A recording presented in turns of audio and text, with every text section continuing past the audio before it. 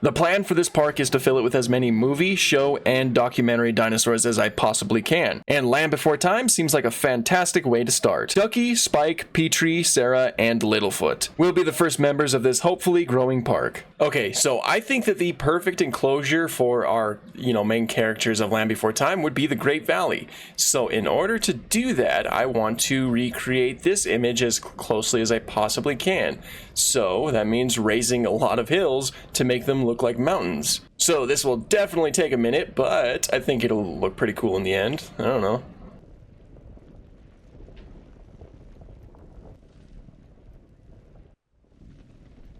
And now what we need to do is kind of fill a lot of this with rocks, because as you can see in this image right here, a lot of it is just like mostly rock with just a lot of vegetation on top. So really just kind of making this blend into the image as much as I possibly can, really kind of make it look good. Except for over here, where as you can see in the image, this is the majority of it would be rock, because this is where they come from to get away from the mysterious beyond.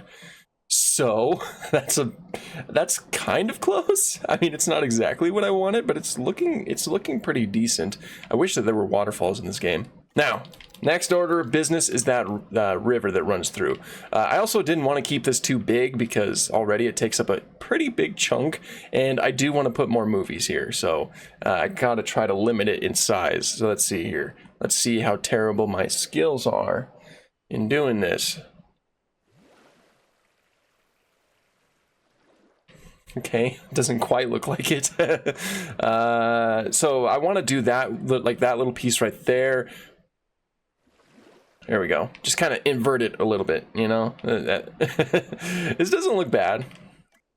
There we go. Doesn't look terrible. I changed it. I did think it looked bad. Now, I want to kind of hide a lot of this with the vegetation. I mean, you can see a decent amount of vegetation in there anywho.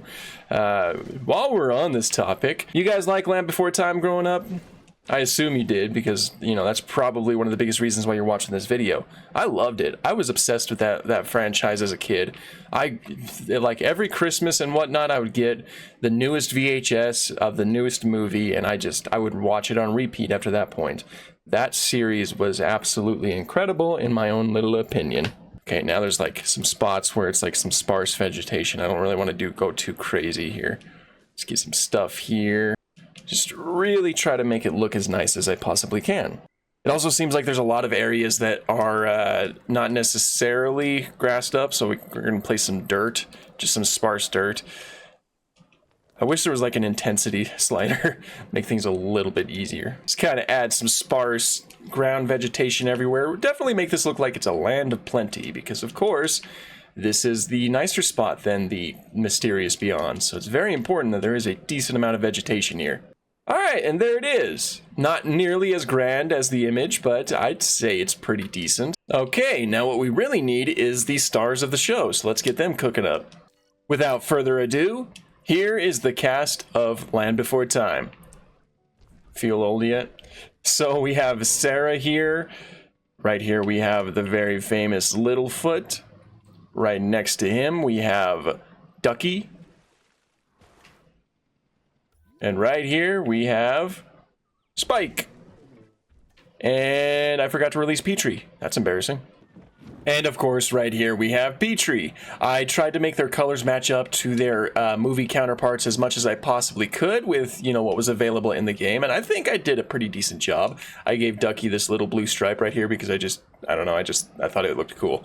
And also, I'm pretty sure that in the current age of Land Before Time, Ducky is a Saurolophus, but Saurolophus is not in the game, so we had to go with Parasaurolophus. That's the closest we have. Got Spike right here, her brother. Got this nice green coloration going on, much like his movie self. Littlefoot with the browns, Petrie with the browns, and Sarah with the almost yellows, wherever she is. There she is. Yeah, I got Sarah with the yellows.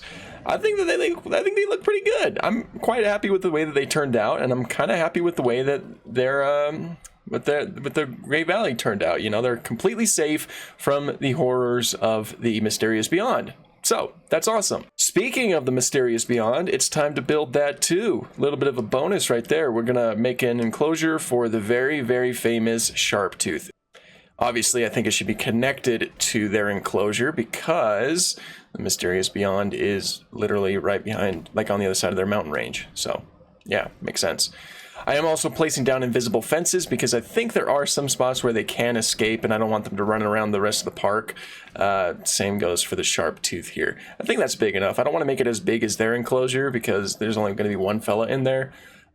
So the plan for the Mysterious Beyond is to just make it look as terrifying as it possibly can be, obviously, because that's exactly how it is in the movie. I wanted to recreate this right here because I thought that this shot looked absolutely amazing and I thought it would have been really cool to see. Unfortunately, it doesn't seem like there are any dead trees that look like that. The only trees that even look similar to that still have leaves on them. So I really don't think that would have been the best option. I think that that would have just kind of painted the Mysterious Beyond in a wrong light. So instead, I'm going to try to recreate something similar to this. Just try to make it look as terrifying as I can. And also, I think I'll combine things like this, where it's just desolate. You know, there's not a lot of vegetation. You have to really, just get a lot of understanding of why they all had to search for the Great Valley. I'm forgetting my words today. So I'm thinking mostly a lot of dirt and rock, and we'll try to make it look like it's just a barren wasteland. One thing I would love to place into this shot is that Tyrannosaurus skeleton in the background right there. Unfortunately, the only thing that we have like that's closest to that is this one right here from Jurassic Park. And I think because of how, you know, articulated and set up it is, I don't know if that would necessarily look the greatest. I wish that, like Prehistoric Kingdom, we could kind of like merge rocks with other pieces of decoration and whatnot to kind of create new things. I think that would look really cool. So unfortunately, though, I think I need to forego that little addition. But let's make the kind of like little water area here that they have going on just really kind of scattered and nasty. And of course, place as many rocks as we can just to make the whole place look really jagged and unwelcoming.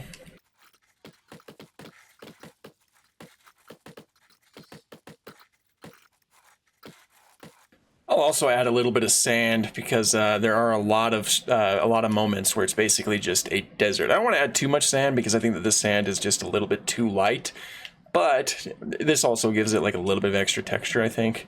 I don't know. It might look dumb, but we'll see. I also just reduce the waters a little bit to really make it look like this is a dangerous place to be. Really not a fun place. Petrie, no! What are you doing, Petrie? This is not the place you want to be. I've seen the movie, you almost die here. I think Petrie might have been attracted by the rocks, so I'm gonna like place a few in here to kind of hopefully lure him back. If not, I'll just have to trank him and bring him back, you know, no biggie. Yeah, you better get out of here, son. Not that way. That's the wrong rock. Now, fortunately, there is also this tree that, you know, this fallen tree that showed up in the first Jurassic Park film. This is a nice way to make it look like, hey, there's no vegetation left. This is all you get. Those pieces of fallen tree. I'm gonna try to space them out as much as I possibly can. That way they don't look too similar to each other. I kind of make it look like they're a little bit more random. Okay, now it's time to get him out of here. Okay, now here's the Mysterious Beyond enclosure. I might tweak it a little bit more, but we have its resident arriving now. Brand new tenant. You're taking a bit slow. You're going a bit slow, so speed it up. And here he is. Nice green coloration. Indeed. Nice green coloration, much like the movie. Looks really cool, I think. It's really cool to see. Honestly, I didn't know that these colors existed in the game. This isn't the buck or anything. This is pretty cool. So yeah, we have the sharp tooth who kind of hangs out in the Mysterious Beyond, whereas the rest of the Land Before Time, this is all from the first movie, by the way, none of the later sequels, but the rest of them are just kind of residing here. Hopefully Petrie stays here. We got Littlefoot, got everybody, got the whole team, you know, the whole dream team over here. So as I probably mentioned in the intro, the whole plan for the series is to add as many dinosaur movie or shows or documentaries as I possibly can in this park and really fill it up with just those iconic dinosaurs that look as close to their movie counterparts as I possibly can make them, with enclosures that are inspired from what they come from. So if you guys have any requests for which one you would like to see next, I would absolutely love to hear it. And I hope that this video does well, because I would love to continue this series, even though Ducky doesn't seem like she wants to. She's really wanting to leave the Great Valley. But if you guys did enjoy this video, please consider liking, commenting, and subscribing. Stuff like that really does help. And thank you guys so much for watching. Have an awesome day.